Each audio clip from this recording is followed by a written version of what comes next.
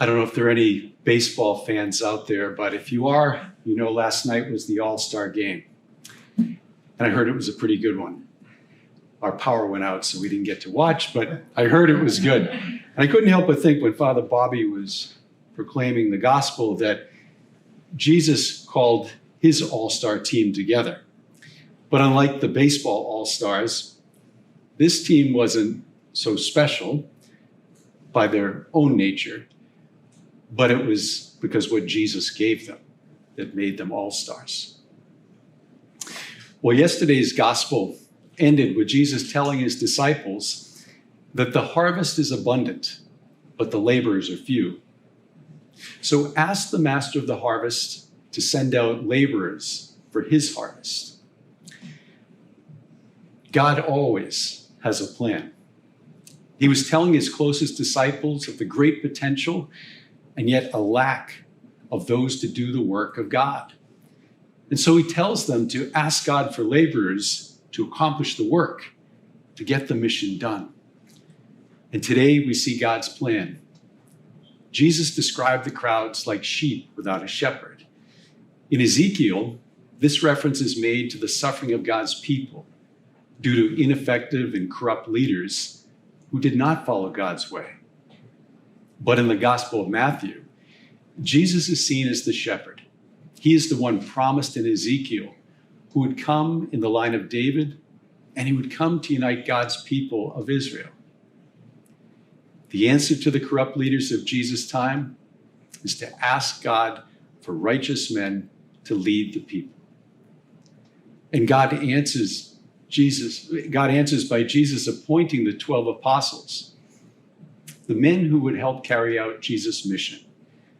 In this gospel, Matthew highlights Jesus' authority, which was seen in his teaching and in his healing and the exorcisms. It is this authority that he gives to the 12 so that they may preach about the kingdom of heaven, so that they may heal every disease and every illness and even drive out unclean spirits. A little research reminded me that the word apostle means those who are sent. And in the world of the apostle, they participate in the authority of the one who sends them. In this case, it is Jesus. Each time a priest or a deacon is ordained, this text from Matthew is used. Each deacon, each priest participates in Jesus' commission. And when Jesus called and commissioned the 12 apostles, he didn't pick only one type of man. He didn't go look out, for those who are gifted with scripture alone, or someone gifted in medicine or rhetoric, or someone gifted solely in finance. I would have asked for an analogist. Instead, we see in the apostles a range of occupations and faith experiences. There is Simon, who is known for his zeal for the Torah, his national patriotism, and a revolutionary spirit. On the other end of the spectrum is Matthew, who had been working with foreign men, oppressing his own Jewish people to collect taxes for the Roman government. Peter, James, and John, and Andrew, they were fishermen.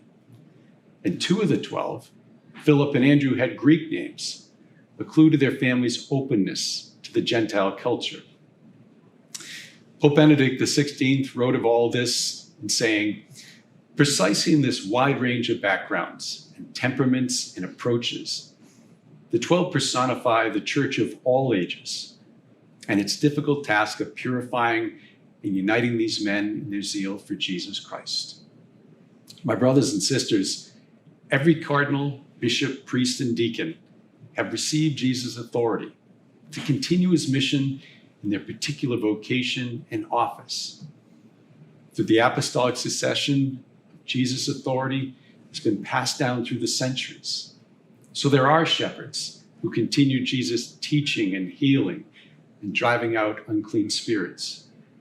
We give thanks to God for this pastoral care as we seek to deepen our faith in God's plan to save all men and women, all boys and girls, and in a special way, to strengthen our families, to strengthen them in the bonds of faith, hope, and love. We have been given Jesus' continued care. Let us give thanks today for what we profess every time we proclaim the creed, the gift of apostolic succession, the promise of shepherds for all of us.